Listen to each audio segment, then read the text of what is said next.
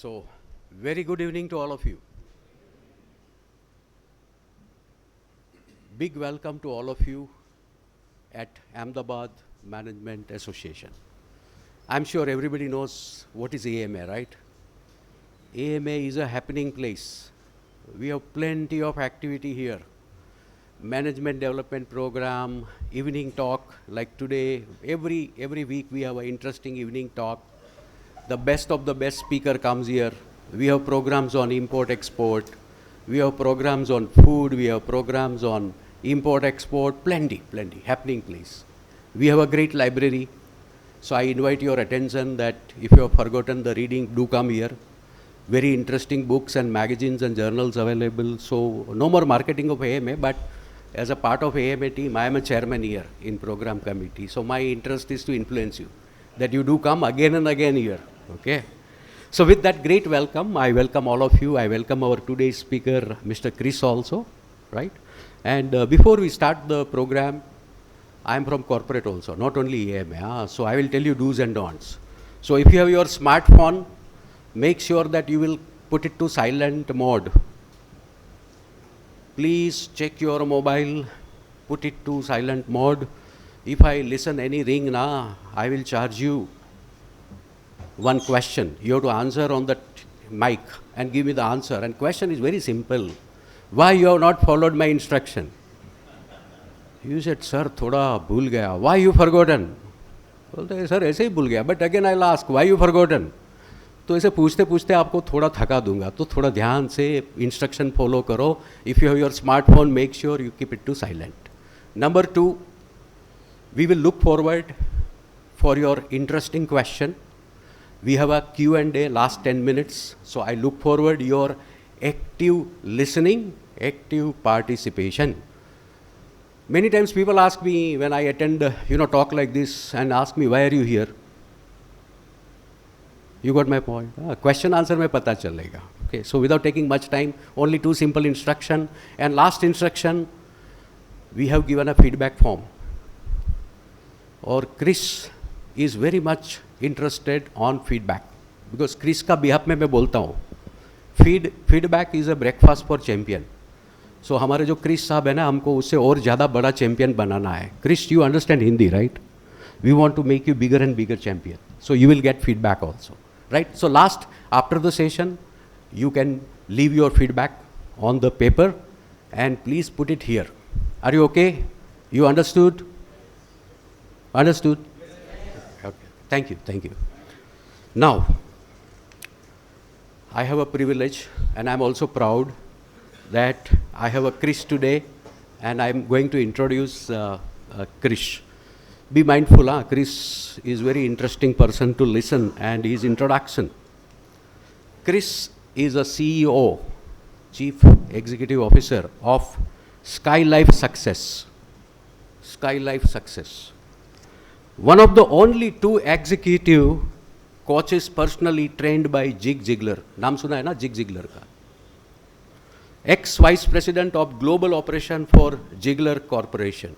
It's a big position, Global Ambassador for Ziglar Group of Companies. And this company is great, I will tell you, it is not only commercial aspect, it's service to humanity, best work in life. ये company बड़ा काम कर रही है. Okay. So, Global Ambassador for Ziglar Group of Companies. Author of 1, 2, 3, 4, 5, 6, 7 books. Okay. Title number 1. Author of American Dream from Indian Heart. See, Chris, right from his childhood, he had a dream to go to America. And, early young life, he used to sit at one place and see the, boats and big steamer and harbor place. ये कहाँ से आती है, कहाँ से जाती है, तो right from childhood inquiring mind. And मुझे एक चीज़ पता है क्रिस के बारे में. Everything happened twice. First in mind, second in reality. और उसने प्रूव किया. उसका माइंड में था मुझे अमेरिका जाना है एंड उसको लॉटरी लग गई due to hard work. So somewhere in 1990, right, Chris? 1986. He got opportunity to go to America with $8 or $10? $9. तो भाई उसका भी एग्जाम ले रहा हूँ देखो. Sorry guys. So this is how I introduce. So he went there and his success journey we will witness today during his talk. Okay. So, book number 1, American Dream from Indian Heart. Number 2, From Abstract to Absolutes. ये बहुत interesting book है, मैंने purchase कर लिया है. Missives, number 3. Number 4, Mottos and Maximas. Number 5, Twilight. Number 6, co-author of Hard-Headed and Soft-Headed. If you are in corporate, ये book जरूर पढ़ना. I am recommending Krish because मैंने ये भी purchase कर लिया है. Okay. And number 7, contributing author of Top Performance written by Zig Ziglar. All 7 books are interesting. If you have time and money, don't wait. Little more introduction, lamba introduction है, but interesting part, Mr. Krish is in training, teaching, facilitating seminars all over the world. Krish launched his professional speaking career as one of the only 2 executives coached personally by Zig Ziglar. This is a great proud on behalf of India, I will tell you. Krish has successfully delivered his message of hope, humor, and balance in over 50 countries throughout the continental United States. As a curriculum designer, he has authored programs on staff development, sales, leadership, personal development, and communication. And his client list is who is who of that company. I can tell you, one of my dear company, Marriott Hotels, Pepsi, right, United States Army, Indian Army में भी आपको recommend करने वाला हूँ मैं. Texas Instrument, long list. Chris का introduction देने को बैठेगा तो प्रोग्राम खत्म हो जाएगा. Okay. So without taking much time, Chris, we welcome you on behalf of audience and AMA.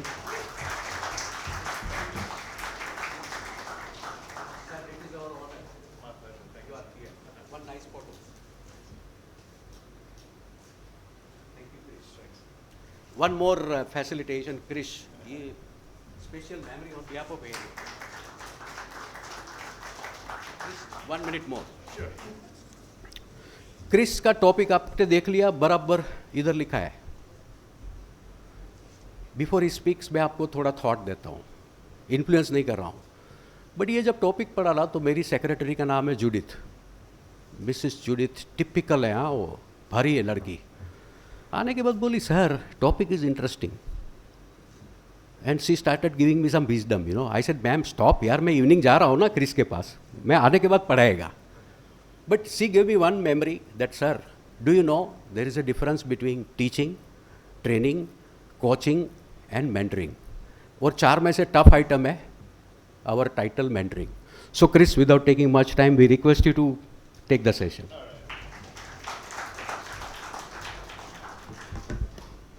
Is there a handheld? Can I? And I'll switch that up.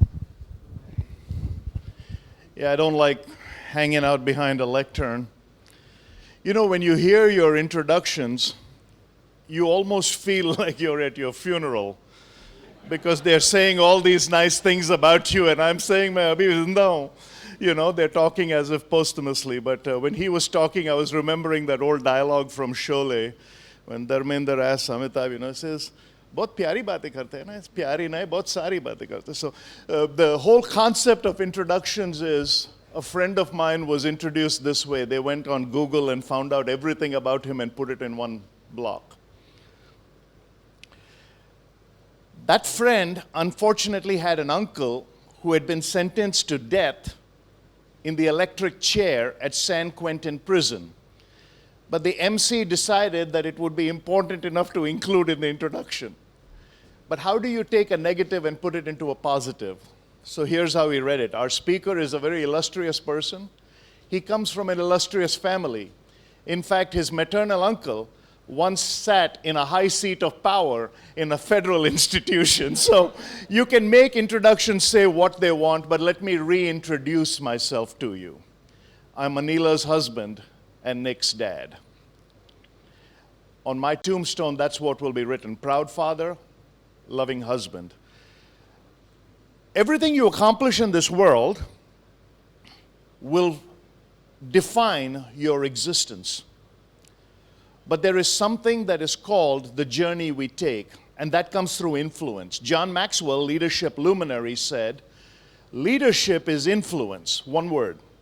Every one of you in this room will either directly or indirectly influence 10,000 people. But the reason we get caught up on the wrong side of the equation, earthquakes and hurricanes get all the publicity, but termites do more damage. You can make radical changes in minute steps. So today I'm going to take you through a journey of about 7 steps of influence, packaged over my 35-year career. I will highlight for you the people who were the touch points. But I like to have fun. So first I want you to be able to understand me and communicate with me. So raise your right hand for me like this. Now slowly put it on your chin. For those of you who missed, the chin is this pointed thing at the end of the face. And I make a pretty good living communicating, which means you ignored everything I said and just watched what I did. The number one rule of the difference between, see, knowledge is learned, wisdom is lived. We have more knowledge right now than at any other time in human history. But the largest percentage of educated people messing up the planet. And the reason is, as creatures of habit, we react to that which we see instead of respond to that which we believe. Belief comes from the birth. And the number one rule of influencing I learned in my life of mentoring was when Mr. Ziegler told me something. He said, I'm going to teach you a skill that has eluded you and most of planet Earth. I'm going to teach you to believe you belong. So I have never worried about any environment. I walk in triumphantly. Here's why. If you try something you have never tried before and you fall flat on your face, you break even. You didn't have it, you gave it a shot, you came up short. Big deal. But we grow up in a shame culture, we grow up in a fear culture, and as a result, we miss out on some of life's greatest opportunities. 97% of the people in this world operate in the comfort zone. Good, honest, tax-paying, law-abiding. 3% operate in the effective zone. The difference between comfort and effectiveness is growth. And growth is always uncomfortable. Raise your right hand for me as high as it'll go. Now raise it a little higher. Why didn't you do that to begin with? I said as high as it'll go. We all save a little bit for a rainy day that never comes. So influence is pedal to the metal, and we're going to have some fun. So I want to give you 2 anecdotal stories, just for humor aspect. I'll narrate the principles to you. I'm an old-fashioned trainer. I'll repeat what I said multiple times so you don't get left behind. And as our dear friend already said, I'm not that much into feedback because when you look at me, you realize that I have done more feeding forward. So, but giving you anecdotal information, we are skeptical by nature. Some of you were invited, some of you were told to come, but none of you knew what today was about. You'd heard a resume, you heard a reputation, but anybody can write that. So there was this man, his name was John Jones, and he went to the airport. And on the way to the airport, in the foyer of the lobby before he got to the counter, he saw one of those old-fashioned weighing machines that we used to have in India in the railway stations. Aapko yaad hai, you go in and you put that little 25 paisa coin, you stand on it, the psychedelic lights go, and then it gives you a little cardboard printout with your weight. So they had one of that, and it intrigued him. He put his quarter, he stood on the machine, lights lit up, and out came his fortune. But here's what it said. Your name is John Jones. You weigh 220 pounds. And you're on the 2:20 flight to Boston. He says, Arey yaar, this is amazing. How can this machine know that much? There must be something wrong. Somebody is looking. A machine can't be that smart. So he goes to the bathroom, he hikes up his collar, he pulls down his cap, he wears his dark glasses. He's trying to do the same thing with a different look, hoping for a different result. And he stands on the machine, he puts his money in, the lights go bling, and the fortune comes out, and it says, your name is still John Jones. you still weigh 220 pounds, but you just missed your flight to Boston. So that's what life is about. If you go through life with skepticism, opportunity will pass you by. Life is not a popularity contest. If it was, you would lose. The planet Earth right now has 8.2 billion people on it, but God in His infinite wisdom made only one you. Don't compete with someone who is different.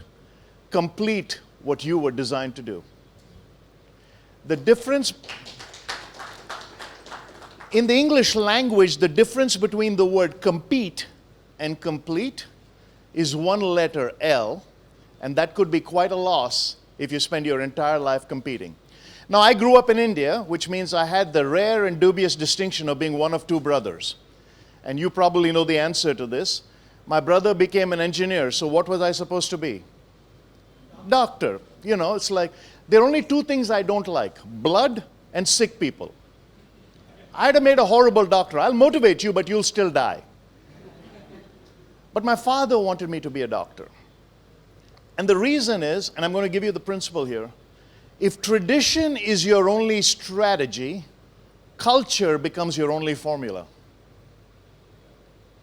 If tradition is your only strategy, culture is your only formula. And this is something now, I don't update my resume. I've been to 75 countries on 6 continents.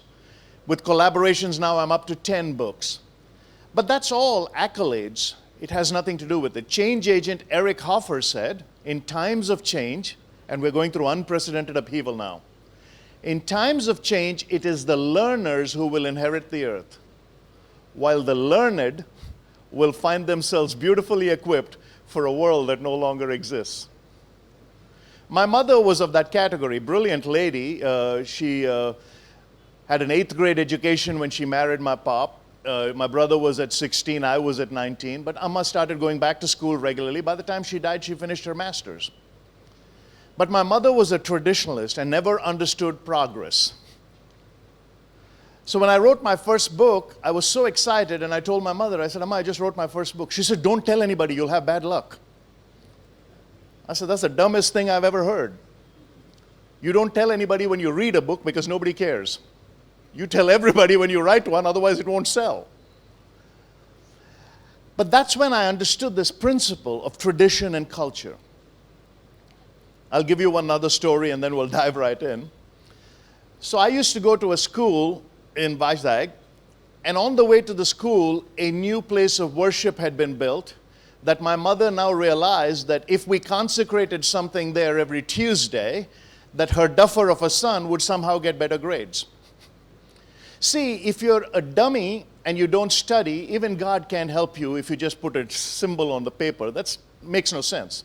But my mother, I was dutiful. She would give me a coconut. I actually wrote this, and it was published in magazines in the US. It's called The Principle of the Coconut.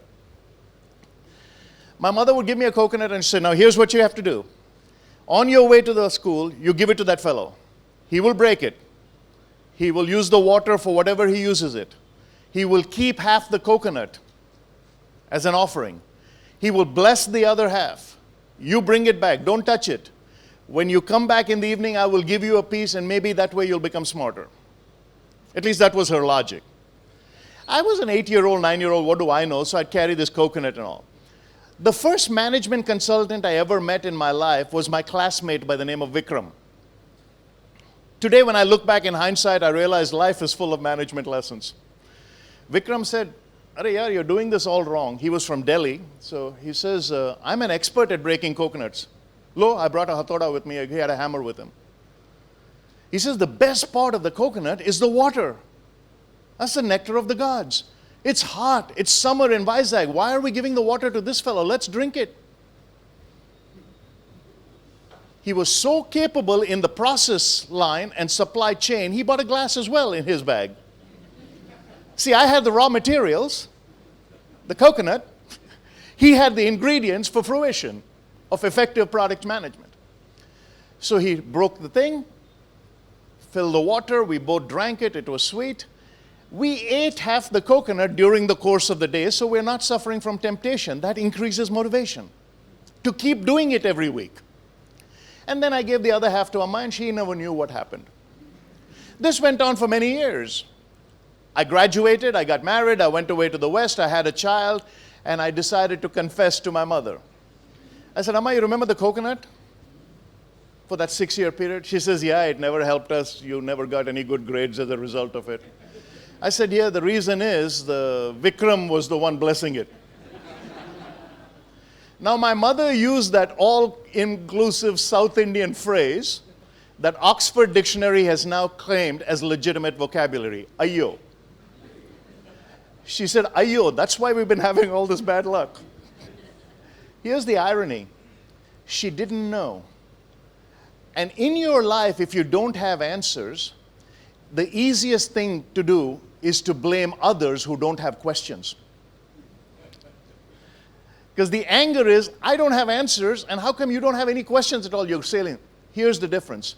Happiness, which we are taught, depends on happenings.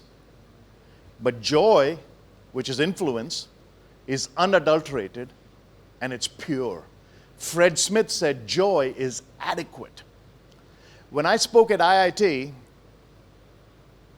I had a third-year student whose life was set.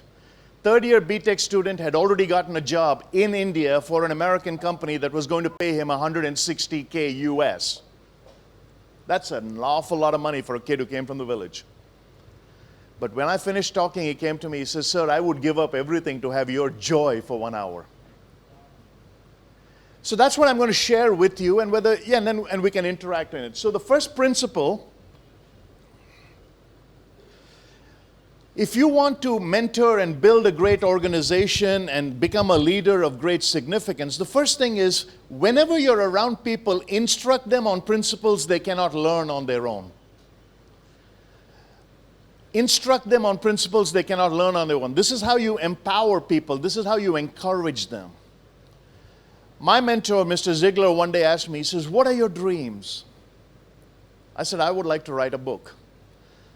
And he says, wow, that's amazing. 3 days later, in my inbox was a registration to a writing seminar in Atlanta, Georgia. 2 nights hotel paid, leave granted. And at that point, I had never written anything. But he knew that I had potential. In influence, you have to look at people and realize that turkeys will engage with you all day long, but you have to go find eagles. Eagles fly towards the storm so they can use the undercurrent. It's the only beast created by God that can look into the sky without blinking and then look down at the ground and spot a field mouse 5,000 feet down. Tom Hopkins, a leadership and sales guru, says, if you want to have eagles in your life, you have to practice unorthodox principles. So Mr. Ziegler said, I know you haven't written anything yet, but I'm going to give you something called FSA, Future Skill Attitude. I'm going to invest in you so that you will develop a skill that will only help you in the future. Which means, what do you have to abdicate? Right now, you have to abdicate the here and now. Most people who always are chasing the temporal are miserable. Most people don't want to play the long game because they're afraid that life will pass them by. We're all like the person who says, Lord, I don't want all of the land in the world, just what's next to mine. That's boundaryless thinking. I'm going to give you a management principle, and I'm pretty sure you can complete it. Think outside the... Yeah, stop doing that. I'm a contrarian. I've traveled all over the world, and everywhere I got, everybody is outside the box. Nobody's working. What are you doing? I'm outside the box. Soch rahe, outside the box. I would encourage you today to get back in the box and pray for a bigger box. Why do you want to get out of the box? When you're born in a hospital. That's a box. Your parents put you in a little cute little pram. That's a box. They take you to the home in the car. That's a box. Your house is a box. They announce your birth and they have a birthday party and friends come and give you gifts. That's in a box. And when you die, they put you in a box. Why do you want to get out of the box? Stay in the box, enjoy the box, and pray that it'll get bigger. Now, what am I sharing with you? Contrarian thinking. Contrarian thinking. If you go with the flow, if you let someone else row your boat, they are going to take it to where they want to go, not where you want to go. If you want to enjoy the ride, you have to instruct people on things they cannot learn on their own. Second, introduce them to people they cannot meet on their own. So when I walk through an airport or when I'm with a colleague and the people talk to me, I always introduce others. If they already know the others, I don't need to do that. But I'll never forget, one time we came to India. I brought Mr. Ziegler to India in 2005. It was we did an event in Delhi and we did an event in Bombay. The executives who came to hear the man speak in 2005 paid 25,000 rupees a person. 300 of them, packed, all of them paid. Everybody wanted to hear the white wizard. Mr. Ziegler called the organization and said, I'm only coming to India because your native son speaks so highly of it. I have no desire to come there. But it's my boy's goal, so before I die, I will come to India one time to make him happy. And in India, he came and he was surprised that I was treated not as good as he was treated. And both of us were speakers. They didn't want to hear from me. They wanted to hear from the white man. Very reluctantly, they gave me 40 minutes because he said, I'm not going to come to India if you don't let my boy speak. And I agreed. I just wanted the Indian people to hear him. I didn't care. When we finished in Bombay, here's what he did. Now, this man has written 30 books. 9 have been on the New York Times bestseller. And at one time in his life, he commanded a fee of $75,000 for a 1-hour talk. Okay? He stands up in Bombay in front of 300 executives, calls me to the front of the stage and says, I need to introduce this boy back to you in a new light. Now they are nervous because they have not given me the time of day. The man who they revere is saying, I'm calling you out on your bluff. He said, stand. They stood. Senior executives. He says, clap for your native son. And reluctantly they did. He said, now here's why. Let me reintroduce my boy to you. You sent me a boy who was scared.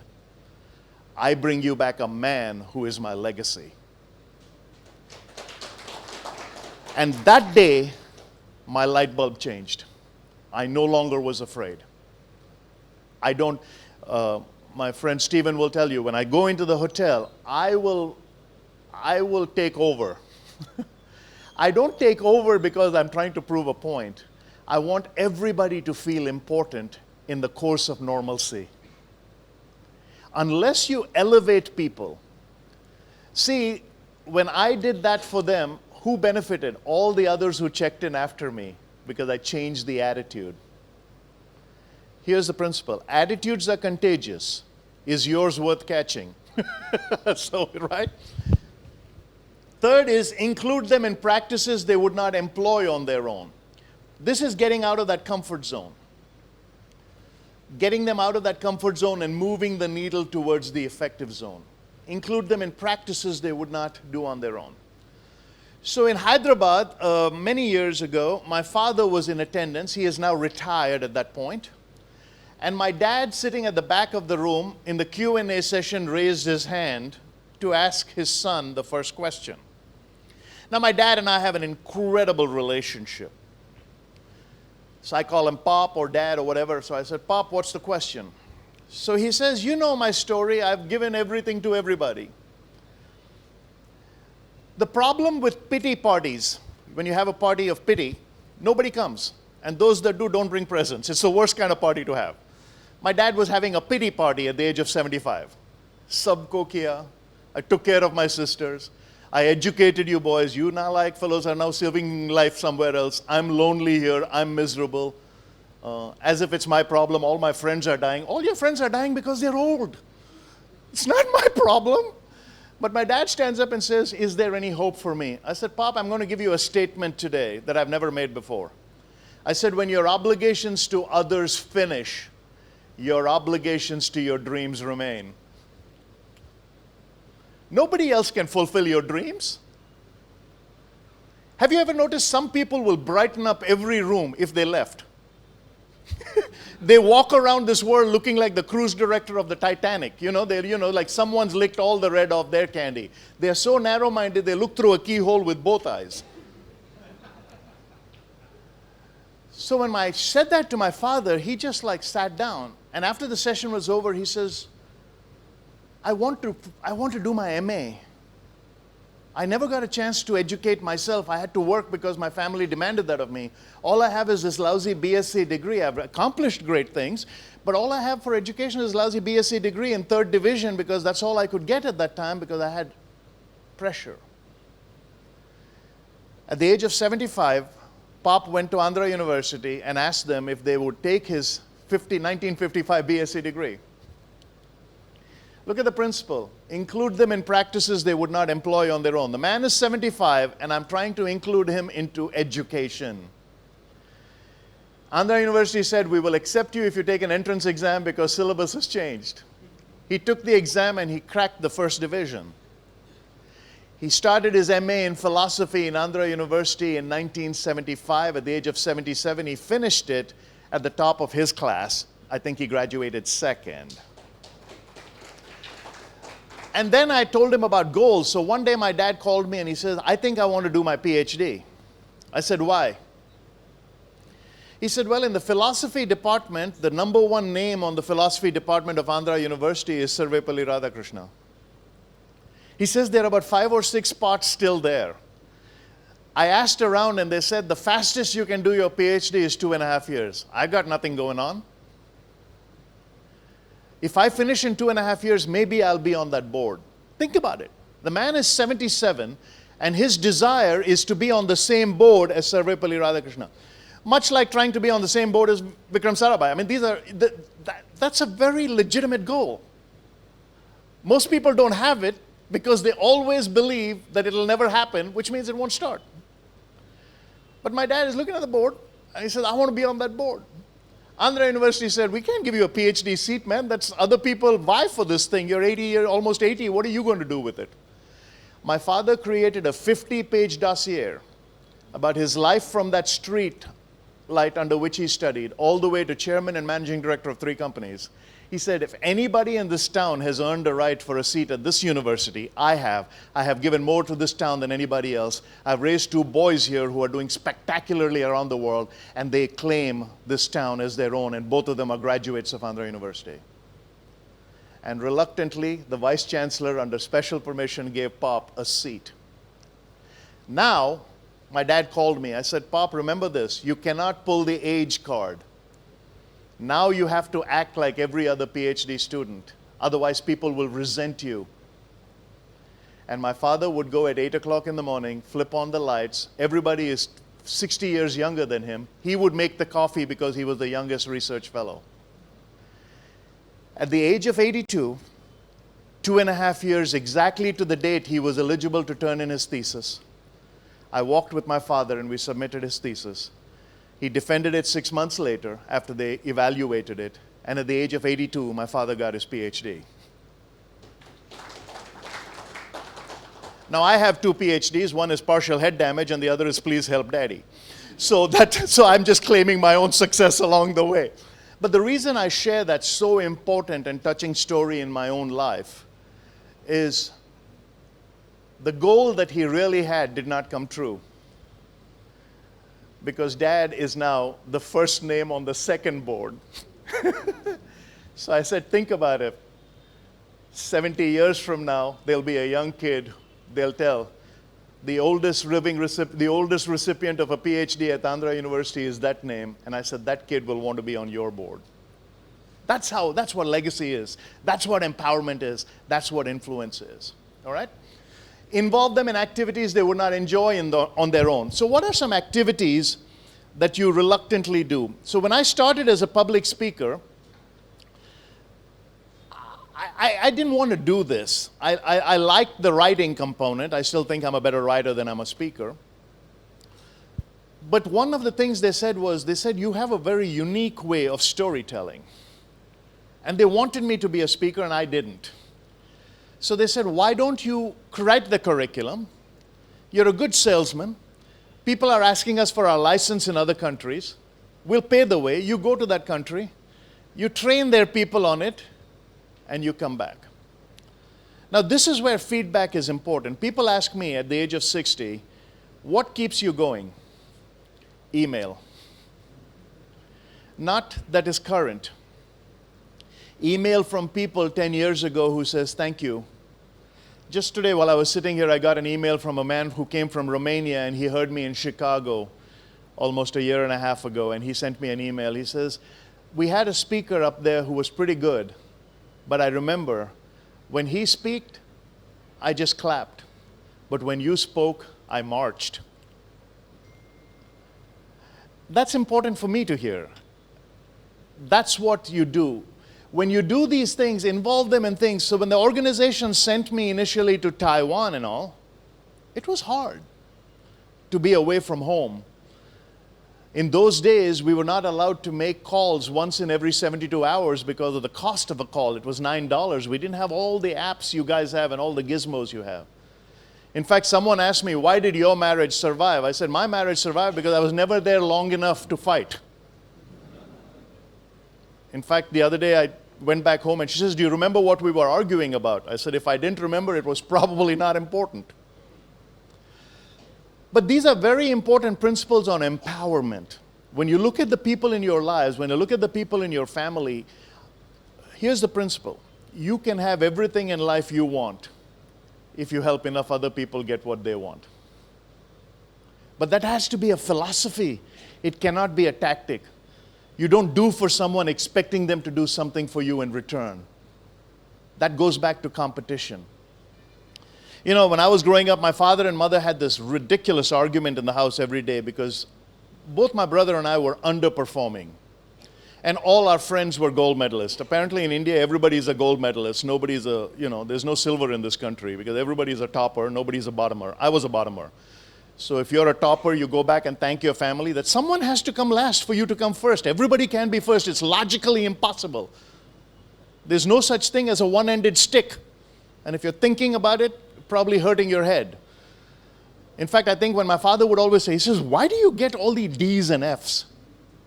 I think that's when my career as a speaker started because I looked at him and I said, there are 26 letters in the alphabet. I don't want the others to be lonely. And immediately his board of education would meet my seat of learning. But today when I talk to him, he looks at me. I remember one time I was speaking to 50 physicians in Lufkin, Texas. And this physician came and he looked at my father and he says, I just listened to your son for an hour. He says, I perform 3 surgeries a day. I just demolished 2 houses and combined them to build a monstrosity of a mansion.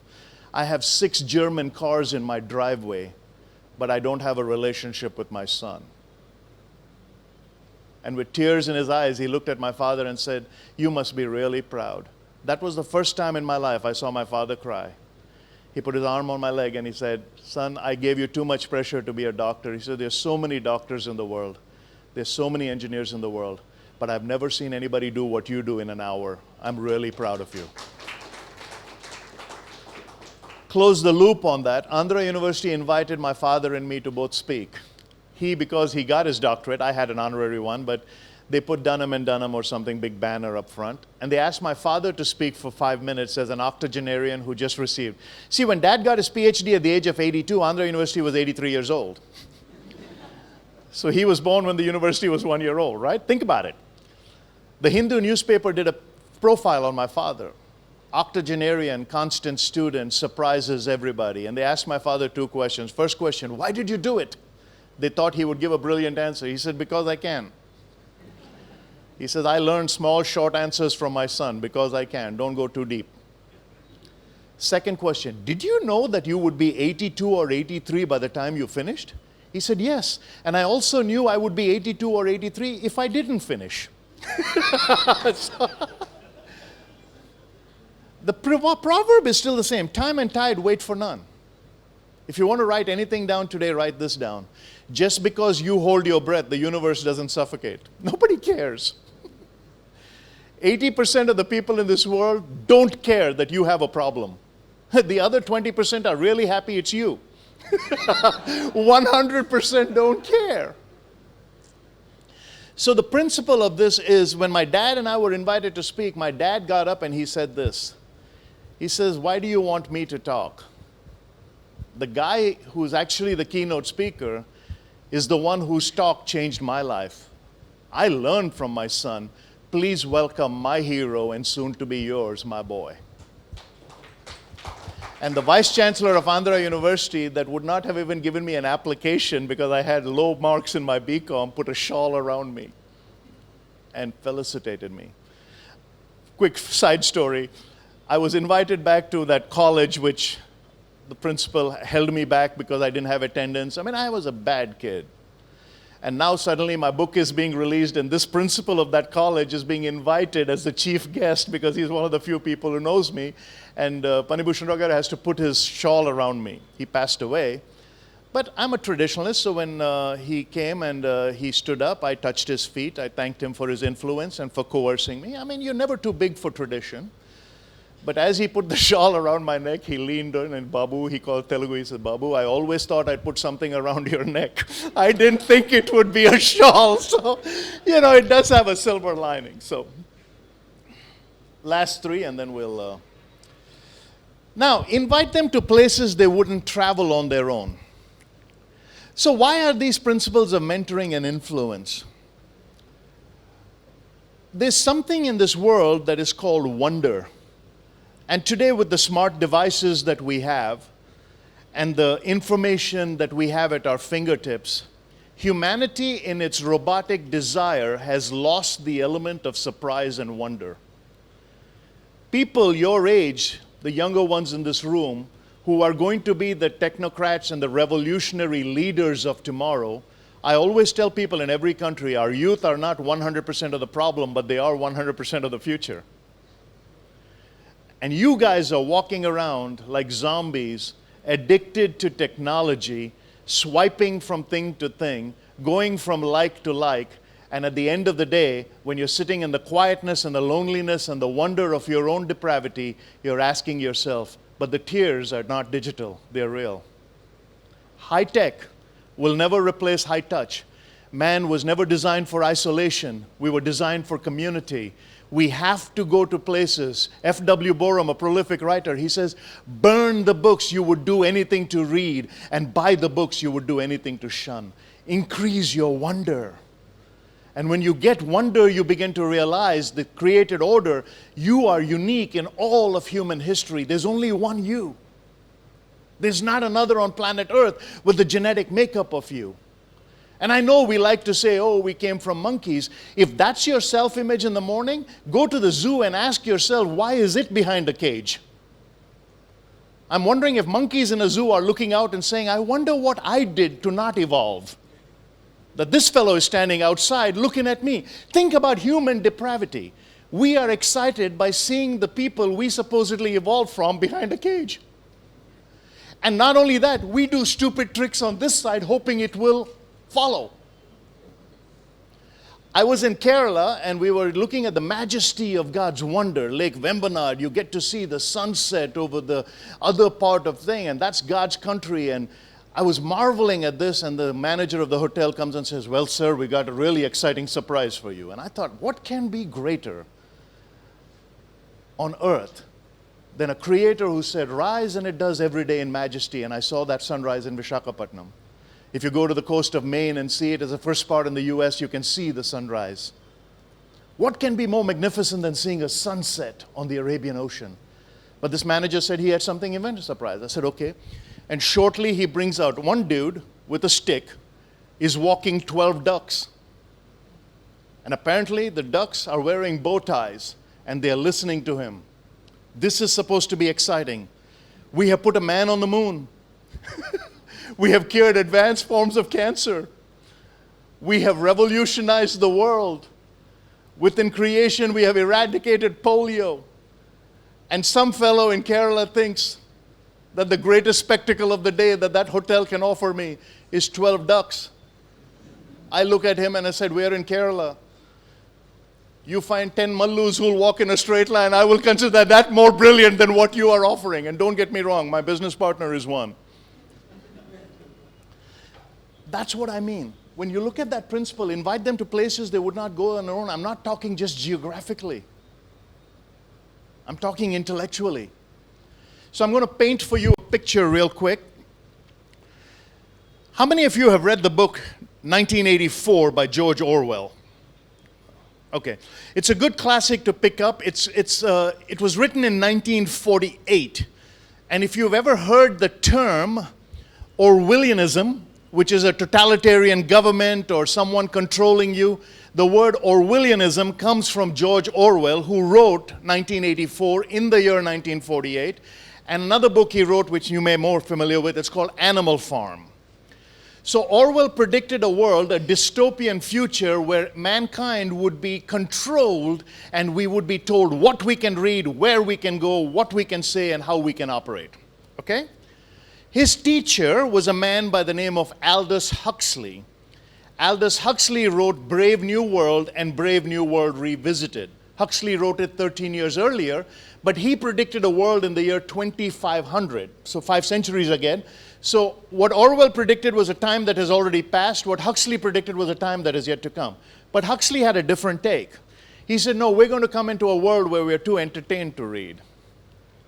We're too apathetic to care. If the problem doesn't bother us, we'll put our head in the sand and we'll walk away. Both were dystopian, which means a future without boundaries. But one predicted that we would be too controlled, and the other said we would be too entertained. So in the year 1985, a man named Neil Postman visited both these seminal works. And both of them are classics. Orwell's and Huxley's books are considered in the top 10 books ever written. So now Postman writes a book called Amusing Ourselves to Death. And he says, I think we are not in an Orwellian world, as most people would like to say, oh, I'm controlled. We're actually so free, we're running out of problems. The problem in this world is not the problem of pain. The problem in this world is the problem of pleasure. Man has satiated the ways he can please himself. He's inventing new ways. I heard a horrific story about a lady from the Netherlands who goes to the inner parts, and you had mentioned Bangkok, so that came to me. But Thailand is pretty much, it makes 100% of its income. A majority of its income comes through the flesh trade, if you know about Thailand, anything. But it's also the country that has one temple for every day of the week, 365 in Bangkok alone. So obviously on one side they're praying, but on the other side they're praying, P-R-E-Y. Same people doing both. But this lady from the Netherlands, when I was talking to her, I said, what do you do? She said, oh, it's very specific. I go into the inner city of the red light districts of Bangkok and rescue infants who are under a year old, who are being sold into sex. And the men who participate in this are given a shot of alcohol and snake venom to so numb their nerves so that no unmorality is there in them. We're actually doing that to dumb down humanity to satiate pleasure. Think about this very carefully today. If you want to be a person of influence and you meet someone who is hurting, ask yourself if the hurt is really because of pain or is the hurt because they have exhausted every other pleasure and they're miserable because they don't know how to please themselves anymore. That's real. So very early in my career, Mr. Ziegler used to encourage me not to do some of the things. I asked him, I said, what would be a speaker's downfall? He said, women and booze, I don't care which order they come in. Of course, he's talking to men. Someone asked me, did I quit drinking for religious reasons? I said, no, I quit drinking for practical reasons 20 years ago. I said, why? I said, booze is the only thing, when you have a double, you think you're single. And it does put a damper on the marriage. And I also realized this the hard way. Marriage is grand, divorce is 100 grand. So you figure that out the tough way. But when I look at these principles of why you need to be practical, for example, I don't go to lunch with a woman who is not my wife by myself, no matter how high she is on the executive chart, unless there's someone else present. And you're saying to yourself, well, that's ridiculous. No, it's just my standard. You're saying, well, I don't buy that, we've evolved. Yeah, my wife is an executive, she's the president of my company. My wife is smarter than I, she got a business degree. When she quit her job to be a stay-at-home mama, she was making more money than I was. So I'm talking not out of character here. That's just my standard. Why? Martin Luther King said, if you don't stand for something, you'll fall for anything. What is your standard? So I don't go out to things. Well, one day, a lady who works for a major Middle Eastern airline came to me. We have a contract. I do training for them. She said, I'm up for an award. I'm competing against 4 other men. And I just love the way you speak and teach. So can you look at my presentation and give me some tips? Because I'm asked to come to the Middle East and speak, and all 5 of us will get a chance to speak. I said, well, then I have to prepare 2 speeches for you. She said, what 2 speeches? I said, first is the speech about how well you did, and the second is the speech of how you're going to pacify those other 4 people after they lose. I said, you will win. With me, there's no doubt about it, because I'm an unusual communicator. Those guys will come with the same stoic stuff, and I said, I'm going to teach you how to bowl a googly guess. So she won the award. Got a 17-day all-expense-paid trip for her and Ravi all the way to Australia. All of that was fun. Then she comes back and says, I need to take you to lunch. Now, I'm in a predicament. I asked everybody in the office, and nobody was there to go with me. I was getting ready to leave on an international trip, and you don't want her to feel bad that I completely blew her off on just this stupid rule of mine. So I said, let me make one call, and we should be able to do it, even though nobody will go with me. She says, you'll go with me? I said, yeah, but I need to make one call, and you need to be in the room when I make that call. So I called Anila, my wife. I said, sweetheart, we'll call her Kay. I said, Kay has asked me to come to lunch with her, and nobody is in the office is available, and on this particular day, I'm going through this whole rule, and my wife is laughing. She said, sweetheart, there's not a long line of lecherous women waiting to pounce on you. Don't have such a big ego about yourself. Not everybody is out to get you. And then you hear the chuckle end. I can visualize the quivering of her lip. I can see the tear rolling down her cheek as she pauses for a second and says, but what fascinates me is that after 35 years of marriage, you still have the decency to ask. That's all. Our partners don't want the world from us. They just want a word from us about the world. Men and women are different. We communicate differently. Maybe I'll just give you a little insight on communication. Tomorrow I'm going to do a whole session on communication. And if you guys like what you hear tomorrow, I'm doing a whole session, a master class tomorrow. And talk to my buddy here. He'll get you set up. But in communication, I do all these levels. But I'll give you a real... men and women are different. A woman can walk in this room and say, I love the clock and how it manages to look really close, accessorized with the blinds. And she can find 200 things to love about this room. A man will walk in and grunt. We communicate differently. Women sometimes don't need to say anything, and the message is clear. Now, I've been to dinner all over the world sitting with a group of people. One woman will stand up, won't say a word. She'll nod her head, head to the restroom, and a crowd of women follow her. For whatever reason, they all have to go together.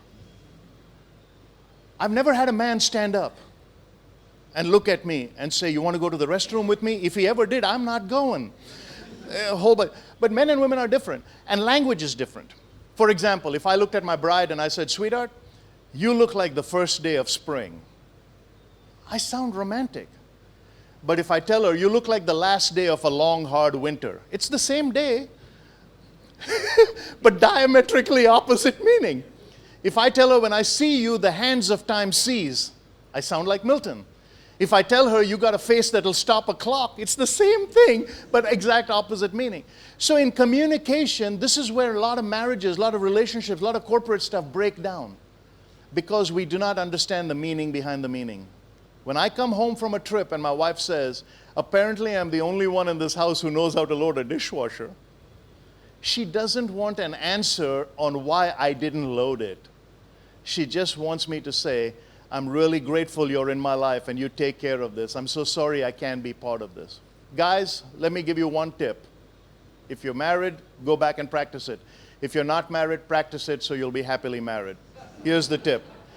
Once you start working and you're married, never, ever do what my dad and everybody else did. Everything I do for you. That is the biggest bunch of nonsense.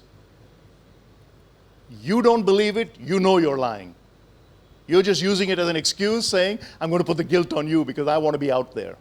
Change the diametric, don't change the behavior. Start by saying, everything I do, I'm able to do because of you.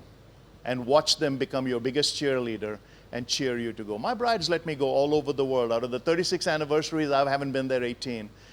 But she knows by the clock, as I was waiting for Stephen, she called. She says, sweetheart, I know in a little bit you're getting ready. I just woke up. I know you're getting ready to speak. And then what she said then, and still rings my bell today, I wait for her call before I speak. Here's what she says, go make me proud. After 36 years, I've shared the stage with 2 presidents. But it was Mr. Ziegler teaching me those simple things. Remember what I started with. Earthquakes and hurricanes get all the publicity. Termites do more damage. Work on the simple things. A big shot is just a little shot who kept on shooting. Okay? Last 2. Impart to them hope they would not desire on their own, and instill in them and their dreams they would not dare on their own. We can talk about that. But I want to give you a story of Helen Keller. Now, Helen Keller is a very celebrated person, a lady who had no eyes and no hearing, and developed a sense of communication and became a star to the physically disenfranchised. Helen Keller is notorious for her statement when she was asked, how does it feel to have no sight? She said, the worst thing than having no sight is having sight and no vision. You don't need vision. You need vision, but you don't need sight. Well, let's backtrack. How did Helen Keller become who she was? There was a lady by the name of Little Annie. Little Annie grew up in an orphanage along with her brother. Both of them were wards of the state. Little Annie became very, very obnoxious. She really had a hard time, and she would lash out at people because she felt that the system was mean to her. So the doctors in the psychiatric hospital did not know what to do with her. They put her in a cage in the cellars. I mean, this is also the time when if you had a hematoma in your head, they drained your head of blood, so medicine was different. One day an elderly nurse came by and started just leaving milk and cookies outside and sitting outside the cage and waiting for Annie, who had almost become an animal, to now start becoming a human. And slowly Annie became normal. The doctor said she is now fit enough to be released. And Annie said, where will I go? I got hope in this place. Let me do something here. So they let her serve in the hospital in whatever menial way she could. She eventually got accepted into Perkins, where she revolutionized the sign language. She graduated with distinction. She was called to Alabama because there was a little truant girl who was lashing out at the world because at the age of 3, suddenly she couldn't see and couldn't hear and was frustrated. And Anne Sullivan, Little Annie, the great Anne Sullivan, who had developed sign language. How do you sign to someone who can't see? She had to figure out a way to use sign language and draw it out in the palm of her hand while at the same time allowing the child to have sensation. So she would put the child's finger under water and then sign out the word water and let her feel the water and realize there was something called water. And when Helen Keller started learning the word, she says, that was the day my whole world opened like Aaron's rod with flowers. I began to understand the word father meant something, mother meant something, brother meant something, doll meant something, house meant something. Okay? The Queen of England, who just passed away, was honoring Helen Keller and said to her, how did someone with such limited ability become so great? And Helen Keller pulled her companion up front, her companion of now 60 years. She said, if it wasn't Little Annie, the girl who was caged, who became the great Anne Sullivan, the world today would have not known Helen Keller. Let me give you the flip story. It was told that I used to sit in the Vizag Harbor and look at ships go by. The lady who did that in my life was Mrs. Simon, my English teacher. She would ask me to go play a game.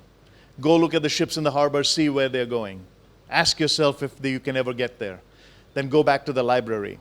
For those of you who don't know, a library used to be a building which had books and all that. You had to actually physically go and sit down. You can't just scroll. All right, so I'm just telling you, there used to be these big buildings that we had to actually go and use. But I would go to the library. We didn't have electronic stuff then. You'd have to open the Encyclopedia Britannica, go to the country. Oh, I only knew 10 countries, so Singapore or whatever it was, you play the game. What are their exports? What are their imports? Today, I teach American history in America to young kids who were born there and whose great-grandparents were born there, who don't know. Every year I go to state capitals around the country and teach them American history by giving them famous speeches from past that they've never heard. 2 weeks ago, I had the privilege of starting a scholarship in the school in Vishakhapatnam where Mrs. Simon's daughter is the headmistress. And it's a 5-year scholarship called the Mrs. Simon Scholarship of Vision. And when Sheila said, what do we do with this money? I said, teach people to go to the beach and look at the ships. So that's my message for you. I'll open it up for questions or comments. If you disagreed with anything I say, slap the person next to you. So, any questions for me? You guys have fun? Was this good? This is yes. This is no. This is from Andhra. I'm schizophrenic and so am I. So, yes, sir.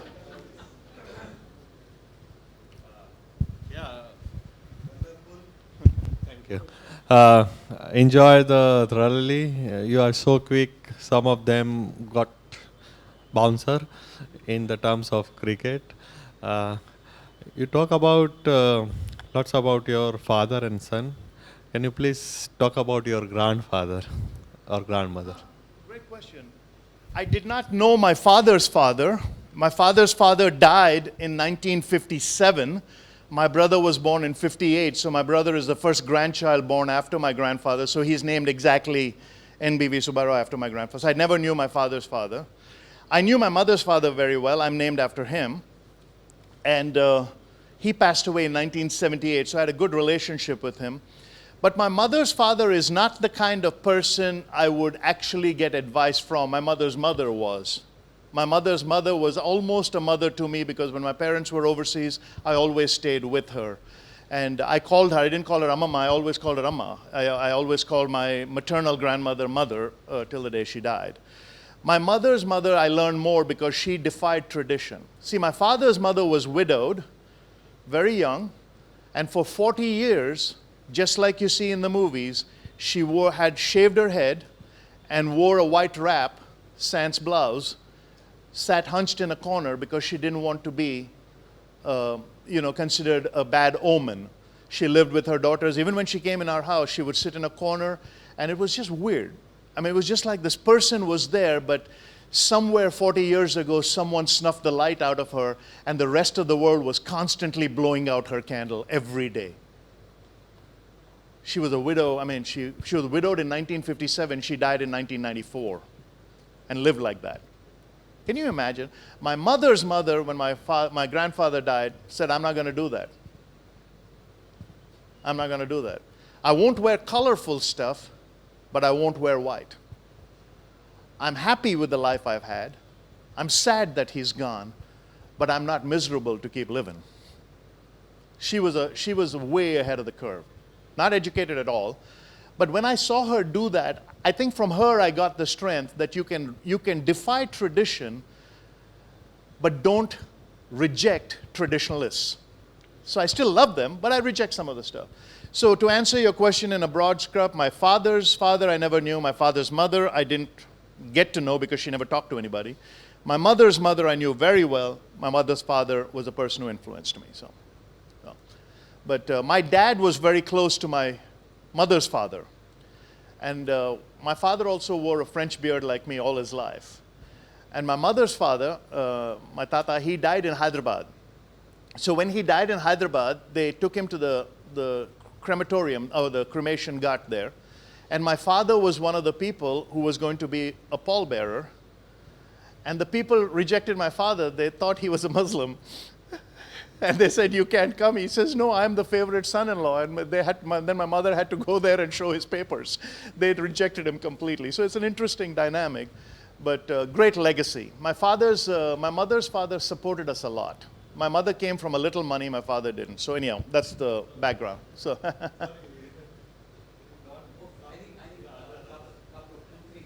sure. I won a sales contest, and they sent me to hear him speak. And when I finished the sales contest, I basically decided I would work for him. I was a branch manager of a company. I saw an opportunity to become a telemarketer. This is the truth, actual verifiable data by pay stubs. In the year 1990, I took a $2,400 a month pay cut to go become a telemarketer with Zig Ziglar. And then 10 years later, I became his VP. So, yes, sir.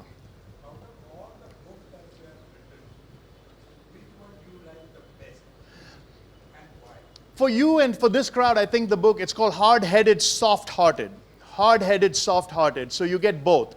You get the tough principles of being a good leader, but you also get the soft skills to being an effective engager. So results rule, but people matter. Hard-Headed, Soft-Hearted is the book.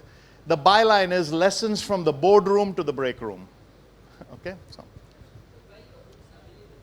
All of them are available on Amazon. Most of them are. Yeah, and I think Hard-Headed, Soft-Hearted, we printed in India as well. I may have a bunch of copies in our office in Bombay. Maybe I'll have Silas send some over. So yeah. I had this question related to the PPT.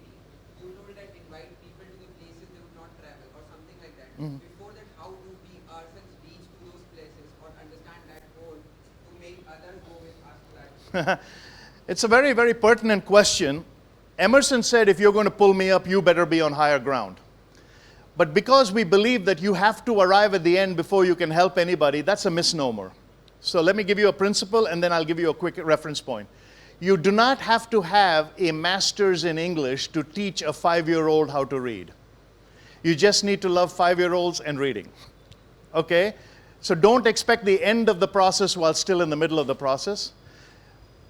The food you eat on the mountaintop only grows in the valley. Nothing grows on the mountaintop. So don't expect the end of the journey. Enjoy the journey. That's first. Second, to corollary to that, is a story of a young girl who did not want to go back to school, and she was in the 5th standard. And the father said, why don't you want to go back to school? And she says, well, I met this fellow yesterday, your brother, who never went to school, and he's got 3 cars, and he lives in a big house, and he gives us money. And you're asking me to go to school, and that fellow's an illiterate, and he's doing better than all of us together. So the father asked the kid, what can you do with a 5th grade education? I love her answer, teach 4th grade. So that's the only thing. So, all right, we had one more. Yeah, go ahead. What values inspire you the most? What values? The very word value for me is in the doer, it's not in the deed. When I was growing up, value was deed-based. It was all based on what would happen to you or what happened to you. Something that happened to you in the past dictated what you were in the present, and what you do in the present will determine where you end up in life. Value was always in the deed. When I realized that value is in the doer, intrinsic worth changes. So I never look at net worth in terms of what I own. For me, the net worth is everybody around me grateful that I'm alive? So when I put my head on the pillow at night, I don't want to change the world. I want myself to say, is somebody glad I passed their way? That's all. No. All right. No.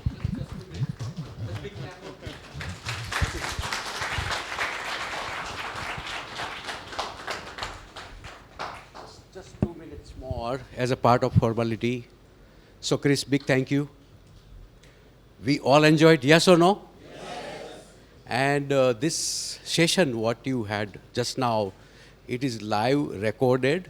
So you can see after 1 or 2 days, it will be uploaded in YouTube. You can recommend others also, right? So Chris, as a final formality, once again, big thank you. We look forward that you will give again time to our AMA team here. And big thank you to all of you coming here in a big number. Don't forget to leave your feedback. So again, we end the session with a thank you note. Thank you so much.